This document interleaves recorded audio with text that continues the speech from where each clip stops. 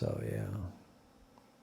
yeah, I tell you, one of the greatest moments of the festival was that Peter and I got to know each other the first year, and just the first year.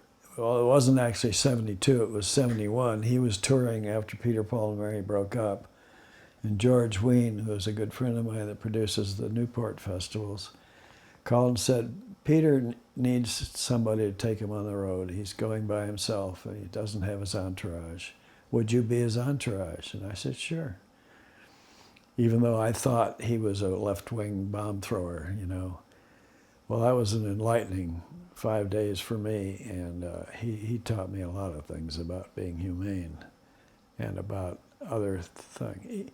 I thought these people don't give a darn about anything, and they care so much that they throw bombs of various kinds. They stand up in court and they insult the judges or whatever it is that they did during whatever the problem was. That people were not getting fair treatment. They stood up and broke silence, or we'll say.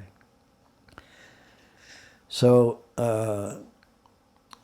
he gave me the opportunity to be decent to people that I didn't agree with. And that was pretty hard for me, coming out of the Marine Corps and out of an Irish family. I mean, Kennedy's as Irish as they come, and sometimes we're strong-willed and strong-minded, and it's not fair. But when Peter had been to the festival for 6 or 7 years, I think it was 87, well, that would have been 15 years or 12 years. But anyway, Mary and Noel, Paul Stuckey, who is Paul, had never been to the festival. And Peter finally said, I think it's time for them to come and we'll do a Peter, Paul, and Mary concert. I said, that'd be fantastic. By that time, I'd been to 5 or 6 of their concerts and gotten to know them all 3 of them. And Cormier, their orchestra choral director that helps them arrange and stuff. And they came to Kerrville together and played, and of course we had 6,000 people. And Peter was so happy he couldn't touch the ground. He would run off the stage and hug me. And then Mary saw that. She ran off the stage and hugged me. It was during this performance. The music's going on. They're running off the stage. I sit on that stool that I put in the ground there. And it was the most emotional thing I think I've ever seen in my life. And I've seen a lot of emotional things. Great operas and the Marine Corps down the line with the drums and the Anchors Away or whatever is going to be played. So that was a really moving moment, a grateful moment, and I've never gotten over it. They were all crying too.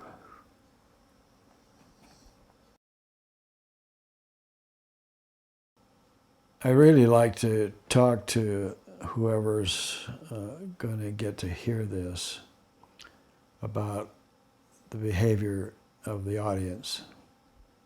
Kerrville is famous as a listening festival, and what makes that possible is the audience. Not talking loud, not interfering with what's going on stage. We have the mosh pit, which is supposed to be silent, and it is for the most part, where people can dance if they want to get out around and dance, but they don't block anybody. It's off to the side. If artists are scared already and they're inexperienced, and we have a number, probably have 50% inexperienced artists on stage deliberately. The most outstanding youngsters we can find, because they know they'll come 2,000, 3,000 miles to come to Kerrville because they know they'll be listened to. The artists who are famous also come to hear to play because they want to be heard, and at many of their concerts they're not being heard because of the 20-something attitude. So the artists have something to say. They need to say it. That's what forces them into this life of slavery to the songwriting. And we respect that, and we want people to come to the festival who are of like mind. And if they're not of like mind and somebody reminds them that that's what it's for, if they would be polite back to them. Because this is a rare jewel that we have. And still in love with it.